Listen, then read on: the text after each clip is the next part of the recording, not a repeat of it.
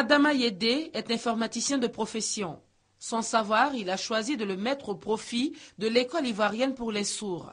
Un choix qui n'est pas fortuit, car malentendant depuis plus de 20 ans, c'est dans cet établissement qu'Adama, marié et père de 2 enfants, a appris à reprendre goût à la vie. Je ne suis pas né sourd, mais je suis devenu sourd en 89. Je suis arrivé ici en 1990.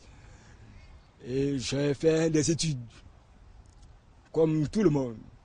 J'ai eu le BPC, le bac, et j'ai continué. J'ai fait une formation en informatique. Et j'ai eu le BTS. Donc après le BTS, je suis revenu encore ici pour travailler comme fonctionnaire, pour apporter ma contribution au développement des personnes sourdes en Côte d'Ivoire. L'insertion professionnelle d'Adama, cette mère en rêve également pour sa fillette. Après l'avoir cachée pendant longtemps, elle décide de faire fi des préjugés et de prendre en main cette année scolaire 2014-2015 l'avenir de Grace, née sourde. Je suis partie en consultation à la PMI. Il y avait une dame, j'étais sourde-muette, elle était sur ordinateur, elle travaille. Donc moi je me suis dit que moi ma fille est comme ça, donc bientôt elle peut travailler. Ça m'encourage. Souvent quand je vais dans les centres, ils sont là-bas. Même ici, même, il y a un même, tu es ici, tu m'as reçu. Il n'entend pas bien, il m'a reçu. Donc, je me suis dit que, bon, ça peut aller.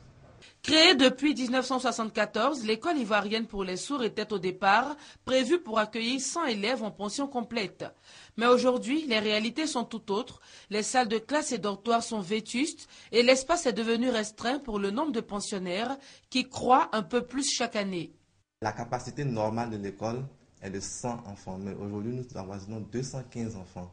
Voyez-vous que nous sommes au-delà de la capacité réelle d'accueil de l'école. Et il n'y a que les enfants du CM2 qui sortent de l'école.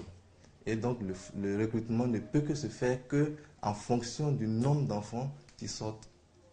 S'il y a par exemple 15 enfants qui sortent, nous ne pourrons que recruter que 15.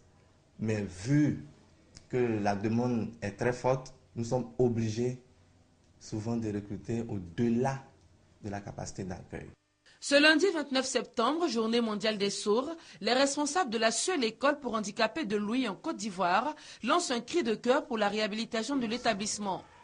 Aujourd'hui, l'école ivoirienne pour les sourds a 40 ans d'existence. Le plus gros problème de l'école ivoirienne pour les sourds est le problème des infrastructures. Nous avons des salles de classe de 9 mètres carrés, ça veut dire 3 mètres sur 3. Les classes ne présentent pas les commodités, non seulement d'un meilleur enseignement, encore moins d'un meilleur apprentissage de la part des enfants. En augmentant la capacité d'accueil de l'école à travers la construction de nouvelles classes qui offrent toutes les commodités, je pense que ces enfants-là, demain, pourront participer à l'émergence de la Côte d'Ivoire. Malgré tout, les derniers examens à grand tirage ont vu la réussite de 14 nouveaux collégiens sur 14 candidats, de 10 brevetés sur 19 et de 3 nouveaux bacheliers sur 5 candidats au bac, tous provenant de l'école ivoirienne pour les sourds.